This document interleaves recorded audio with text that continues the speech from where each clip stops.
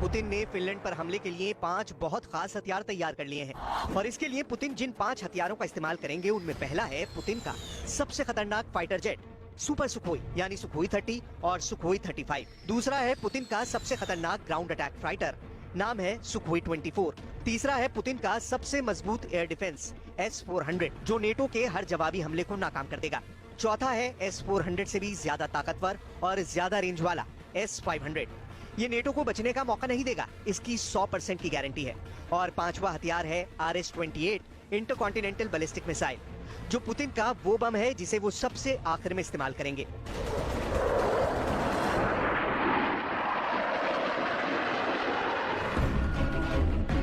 Finland पर हवाई बमबारी का मिशन कितना खतरनाक हो सकता है, इसका ट्रेलर भी पुतिन ने अभी नहीं दिखाया है।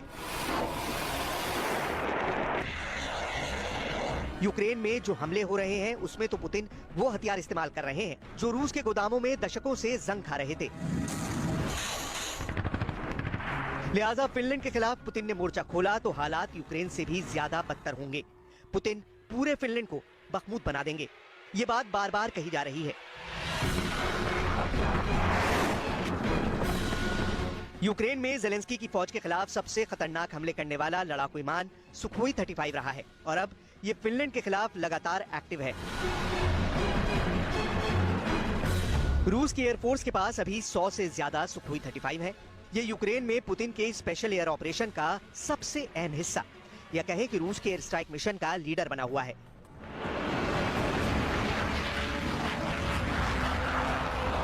यूक्रेन में हुई बड़ी एयर स्ट्राइक्स में ज्यादातर सुखोई 35 का ही इस्तेमाल किया गया है। यूक्रेन में लॉन्ग रेंज वाले ज्यादातर मिशन और एयर डिफेंस जोन बनाने में सुखोई 35 का ही नाम आगे रहा है।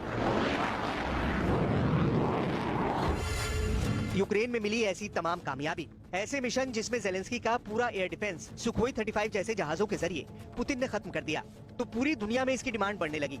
सुखोई 35 चौथी जनरेशन के आगे का लड़ाकू विमान है।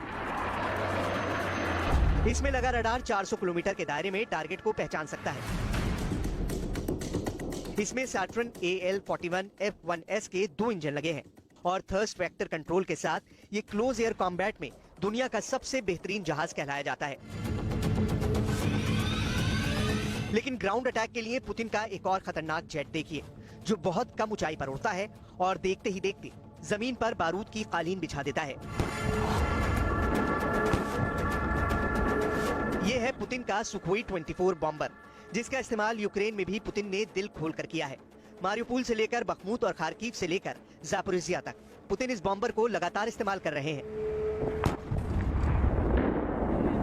पुतिन की शान और शौकत रूस की पावर में है। पुतिन जानते हैं कि उनकी हैसियत रूस की मिलिट्री पावर से है। पुतिन जो कहते हैं दुनिया बहुत ध्यान से सुनती है। पुतिन जो कहते हैं उसके मायने यूरोप और अमेरिका की सुरक्षा को लेकर गहराई तक लगाए जाते हैं। इसलिए यूक्रेन युद्ध के बीच नए नए हथियारों का जिक्र पुतिन ऐसे ही नहीं कर रहे, इसका बड़ा मतलब है।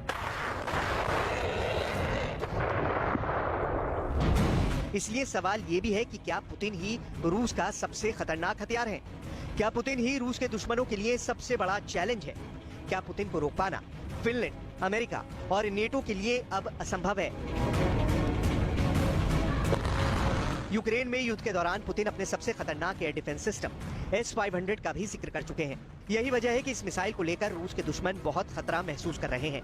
पुतिन ये ऐलान कर चुके हैं कि रूस की सेना को S-500 एयर डिफेंस सिस्टम की सप्लाई शुरू हो गई है।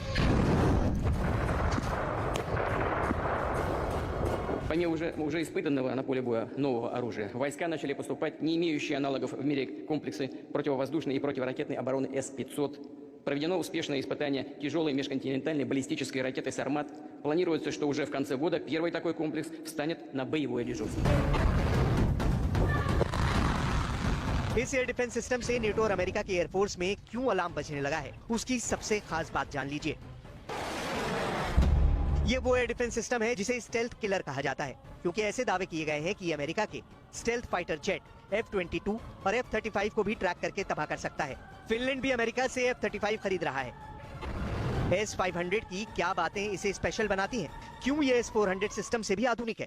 इसकी पूरी डिटेल आपको रूस की बढ़ती हुई ताकत का एहसास दिलाएगी। इस सिस्टम का मुकाबला करने वाली चीज ना नेटो के पास है, ना ही उसके लीडर अमेरिका के पास। S-500 की रेंज 600 किलोमीटर है, यानी इस दायरे में उड़ने वाली किसी भी चीज इसका रडार कैच कर सकता है। फिर चाहे वो कोई स्टेल्थ विमान हो, ड्रोन हो या फिर मिसाइल हो, चाहे वो क्रूज मिसाइल हो, बैलिस्टिक मिसाइल हो या फिर हाइपरसोनिक मिसाइल हो। S-500 की एक बैटरी में इतनी मिसाइल और लॉन्चर होते हैं कि ये 600 किलोमीटर के दायरे में 10 मिसाइल वॉरहेड को ट्रैक कर सकता है। आप इस सिस्टम की खासियत इस तरह समझ सकते हैं कि अगर मिसाइल की रफ्तार 1 सेकंड में 7 किलोमीटर भी होगी, तब भी S-500 का ट्रैकिंग रडार उसे कैच कर लेगा। यानी एयर डिफेंस सिस्टम अनबीटेबल है और इससे पार पाना नेटो और अमेरिका के लिए नामुमकिन नहीं तो आसान नहीं रहने वाला। यूक्रेन की एयरफोर्स तो पहले ही तबाह हो चुकी है। ऐसे में अगर पुतिन S-500 को फिनलैंड के बॉर्डर के आसपास तैनात करते हैं तो उसका सबसे बड़ा रोल नेटो के एयर अटैक को रोकना होगा। हालांकि इससे कमतर माना जाने वाला S-400 सिस्टम का भी पुतिन ने कोई खास इस्तेमाल नहीं किया है। फिर भी पुतिन यूक्रेन में फुल एयर सुप्रीमेसी का मजा ले रहे हैं और अब यही एयर डिफेंस जोन वो नेटो के खिलाफ बनाने के लिए तैयार है। साथ में RS-28 तो है ही। इस मिसाइल के टारगेट पर कौन है, उससे पहले इसकी लॉन्चिंग की 5 तस्वीरें देखिए। Camera 1, camera 2, camera 3, camera 4, camera 5। ये रूस का वो पैकेज है जिसे अमेरिका और नेटो को काउंटर करने के लिए सबसे बड़ा और आधुनिक हथियार बताया जाता है। इसे नेटो और अमेरिका भी अपने लिए शैतान मानते हैं। RS-28 की रेंज 10,000 किलोमीटर से भी ज्यादा है। यानी मॉस्को से अगर लॉन्च की गई तो इस मिसाइल से लंदन को भी टारगेट किया जा सकता है। इस मिसाइल से पेरिस को भी निशाना बनाया जा सकता है। इस मिसाइल से यूरोप के किसी भी शहर को तबाह किया जा सकता है और अमेरिका में तो ये मिसाइल न्यूयॉर्क तक हमला कर सकती है। रूस की मीडिया इस मिसाइल से ब्रिटेन को डरा भी चुकी है। खुद पुतिन कह चुके हैं कि दुनिया ने अगर रूस के सामरिक हितों और अड्डों पर नजर गड़ाई तो अंजाम बहुत बुरा होगा। RS-28 मिसाइल को शैतान भी कहा जाता है। S-500 को मिलाकर ये दोनों मिसाइल रूस के दुश्मनों को सबसे बड़ा खतरा मानी जा रही हैं, जो न सिर्फ नेटो की बढ़ती ताकत पर ब्रेक लगाएंगी, बल्कि लॉन्च होने के बाद ये पूरे यूरोप का हश्र हिरोशिमा जैसा कर सकती हैं। इसलिए पुतिन इन दो हथियारों को लेकर कई बार वार्निंग दे चुके हैं। Дальше развивать и укреплять наши вооруженные силы с учетом потенциальных военных угроз и рисков на основе уроков современных вооруженных конфликтов, совершенствовать их боевой состав. Среди приоритетных направлений – оснащение войск новыми системами вооружения, которые будут определять боеспособность армии и флота в ближайшие годы и десятилетия.